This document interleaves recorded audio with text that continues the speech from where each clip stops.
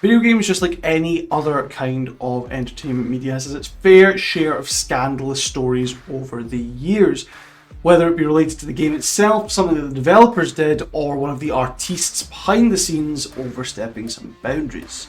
Some are blown out of proportion by the media, some aren't talked about enough, and others are just right. It's the Goldilocks paradox. But all of them are worth talking about when it comes to the rich history of video games. I'm Sam from RCADE Glasgow, I'm sitting down for once, and today I'm going to tell you about 5 historic video game scandals. Number 5, Portal 2, Fatty, no parents. Okay, so this one I only found out about while doing research, and I feel like it's important we start with something a little bit funny before we get into stuff that's just sad, to be honest. I present to you the news story that Digital Trends called the dumbest video game controversy yet, way back in 2011, and I'd agree today, it's still the dumbest thing I've ever heard about. As his 2 children played the much adored Portal 2 video game, North Carolina father Neil Staple turned off the console almost immediately, fearing what tremendous consequences the words spoken by characters in the game were going to have on his children's minds. Neil says that the game throws the question, the most ultimate question that child is ever going to have for you, and it just throws it right there in the living room. He feared for what would come next. He feared for the consequences of Stephen Merchant's character calling the player a fatty, no parents. Staple, father of an adopted child, feared what this game would do to his relationship with his young daughter. Not just this game, but this tremendously childish insult. More than that, Staple suggested that the game was potentially problematic towards orphans. Today, such a take would maybe light up Twitter for a day or two as people said you might be overreacting a tad, and back in 2011 you wouldn't expect anything like this to get any sort of coverage. That would be if localised news networks didn't exist. North Carolina's WBTV ran the story with the headline "Father Gets Upset Over Video Game," which sounds like an Onion article. Their feature included interviews with the man himself, including watching the family play the game together, and even attempted to contact Sony, who suggested they instead talk to the actual producers of the game, Valve. One anchor even suggested that this was Sony passing the buck. Just gonna let you work out, maybe, that they didn't make the game. To an extent, I get Neil Staple's point. The language in the game can be very upsetting if you weren't expecting to deal with that sort of language at that time. But it's delivered by the antagonist of Portal 2, Wheatley. You're meant to dislike this character, and what's the best way to do it? With juvenile insults that aren't really attacking much of your character, just random things. Fair play to a father for trying to protect his relationship with his kids, and just protect his kids in general. But what's more impactful on a 10-year-old's mind? Their video game character being called a fatty, no parents, or an entire day of local news teams in their house? Just saying. Number 4, BMX, XXX, and Dave Mirra.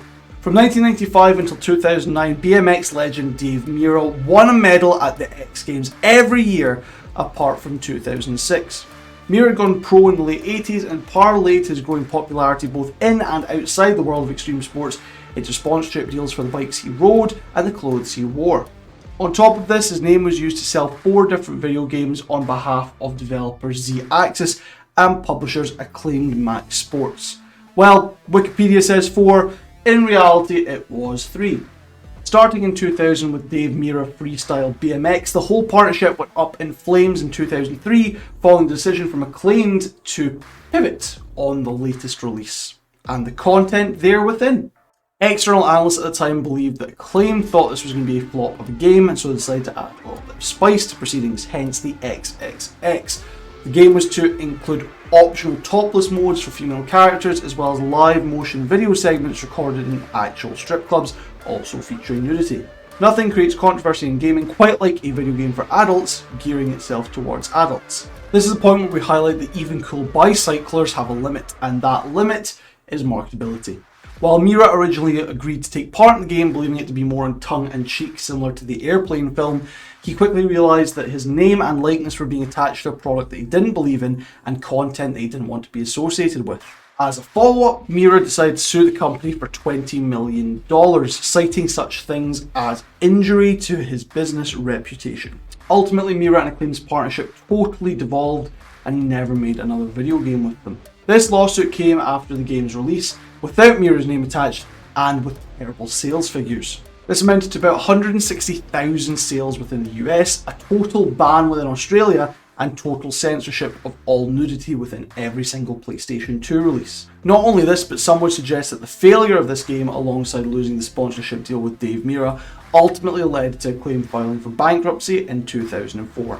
Number 3, Godus and 22 Can Studios. In 1982, 23-year-old Peter Molyneux was designing and selling games for floppy disks intended for the Commodore 64 and the Atari. 33 years later, he was annoying people on the internet, having raised $750,000 for his latest creation through Kickstarter. In a Polygon article titled "Peter Molyneux's Godus is a Failure of Trust and a Warning to Others," Colin Campbell highlighted broken promises from the game studio 22 Cans and their founder, not just to contest winners, but to supporters around the world. Much like Molyneux's previous titles like Populous and Black and White, and unlike his more well-known games like Theme Park and the Fable franchise, Godus was intended to be a godlike simulator where players controlled an omnipotent being in a world of NPCs. In Godus, players were supposed to be able to grow, change, and shape the world around their devoted followers, aiming to give them the opportunities to improve their own civilization, or alternatively, smiting them with lightning.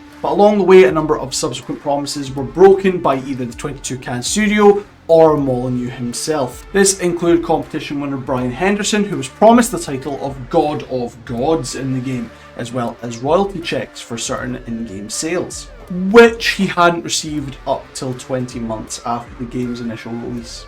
It also included promises that the studio was going to focus on the PC version of the game over a mobile equivalent. In actuality, the mobile game released in full way before the PC one ever made it to market. And what was that mobile game? Well, it was a basic farming sim with a lot of microtransactions. This, however, was a necessity when Molyneux & Co. had to go back on their original promise that the $750,000 raised through Kickstarter would be enough to produce the game, instead having to sign a distribution deal with a popular mobile phone game manufacturer in DENA. In the PC version, gamers were promised a living landscape that would react to what you did as the god above, as well as multiplayer options, and because of the success of the Kickstarter, a Linux port, all of which was either heavily delayed or never came to fruition at all. A game supported by the gaming community and fans of a savant in the art, misjudged on delivery and presentation, changing statements, departures of key programmers, and a focus instead on a mobile version that took 2 years instead of the original 6 months planned.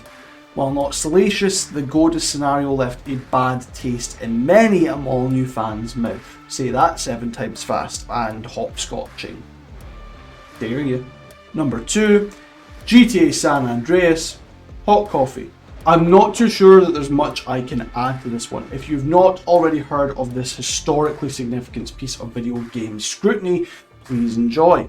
The only reason it's not number 1 on this list, to be fair, is because I'm tired of hearing about it. Hidden in in-game code for the uber popular Grand Theft Auto San Andreas was an in-game minigame where you controlled the main character CJ having sex with one of the optional in-game girlfriends. While the game was released in 2004, this little secret wasn't revealed until 2005, when mods for the PC game became available online, and subsequently mods for the PlayStation 2 and Xbox versions came to pass. Said mods and ports made it possible for players to access very crude renders of the locked game code. The game was already in hot water before it was in hot coffee, with casual media portraying it as a problematic game filled with violence and racial stereotypes. But the reveal that actual sex was intended to be depicted in the game was of great concern for a world outside of the fanbase. Again, in my opinion, as with BMX XXX, it should be noted that the game was not trying to be E for everyone. The argument for big ticket supporters of standard Western family values such as Senator Hillary Clinton was the potential that Rockstar Games had attempted to curtail an adults only rating from the ESRB. Why? Well, because while the minigame was originally part of the game for San Andreas and had been blocked off, the basis for the mod itself was still hidden in the original game code and should have been disclosed by Rockstar when it came to making a rating for the final product. In Rockstar's defense, it's a lot harder to remove code from a game entirely when it comes to crunch time than the general public understood at the time and still to this day. The controversy didn't end there though, as a New York grandmother bought the mature version of the game for her 14-year-old grandson, who it was suitable for with regards to US ESRB ratings. The mature version, while recalled so that it could be updated to adults only, was still floating about in circulation. When she found out it had been updated to adults only, she sued Rockstar and Take-Two, the publishers, for deception, false advertising and fraud. There's so much more to the story of hyper-Christian infused political figures fighting against youth corruption through video games that we just don't have time for, but I would highly recommend to you the BBC docudrama called The Game Changers. You get to watch Harry Potter run a gaming studio. Number 1, Beyond Two Souls. Elliot Page tries to sue Sony. You may be wondering why this is above the most historic example of video game controversy, but it's largely because I feel like something like this doesn't get talked about enough, and it's hugely important that we as a community understand why things like this are a problem and hold people accountable for it. In the game, Elliot portrays Jodie, a young girl who grows up through a world filled with paranormal activity to become a member of the CIA, against her will, all the while accompanied by a not-so-imaginary and particularly violent friend by the name of Aiden. The game's near 2,000 page long script was in-depth and laid out every inch of the sprawling narrative, but not the game's developers Quantic Dreams and producer David Cage betraying the trust of the project's lead. Following a leak of internal emails from Sony in 2015, who were the publishers of Beyond Two Souls, it was discovered that Elliot attempted to sue both companies shortly after the game's release in 2013 for the PlayStation 3. Why? Well, again, we have blocked off in-game code to thank. During the course of the game, the character of Jodie is shown taking a shower. The character's body is not shown, but if you mod the game or have access to a debugged PlayStation 3, usually used by developers or journalists, that shows some of the game content that has since been removed, you would see an entirely naked render of Elliot Page. Again, Elliot Page was the character of Jodie, both being the face of the game and character, and contributing mocap to some of the game's fighting scenes. Instead, developers under the direction of David Cage took upon themselves to model and render a fully naked character of Page. Page didn't consent to any kind of exposure like that, and that's kind of the crux of why his lawyer was emailing Leo Weir, the head counsel for Sony Pictures Entertainment. While images of the scene began to appear on certain websites online, Sony was quick to act and sent a number of cease and desist letters to the offending parties. While the Sony email leaks nor public records suggest whether or not the lawsuit went any further, the legal action for Page's camp and the scenario is a good point of reference for times when game directors may go past the point of appropriate behaviour for their art. Remember, everyone at home, please just respect people, respect their bodies, respect their boundaries, respect what they want to do with themselves, their name, their likeness. That goes for quite a lot of the things in this actually, but particularly this. Just be nice. I've been Sam from R-CADE Glasgow, and this has been a top 5 video game scandal. Sometimes it's really difficult to talk about the darker side of the industry that we love and that we love to be a part of, but it's always important to remember that not everything is sprinkles, rainbows and unicorns. Sometimes we need to call out the bad so that we can make the future good. If you want to continue your lovely day, you can chat to the R-CADE crew over on our Twitch channel. That's twitch.tv/R-CADE Glasgow. More importantly, you can go over to our shop at arcadeglasgow.com/store. That way you can get access to a bunch of our homegrown goodies, as well as refurbished consoles and modded consoles, including things like Iron Brew Game Boys. If you want to support us in other ways, you can go to patreon.com/R-CADE Glasgow. You get exclusive access to a bunch of different written work, as well as a bunch of different gameplay recordings featuring likes of myself, Nadia and Lewis. You can also catch all the R-CADE crew over on our socials. That's R-CADE Glasgow on Twitter, Instagram and Facebook. I've been Sam from R-CADE Glasgow, and I've said that 3 times now. Bye, have a beautiful time!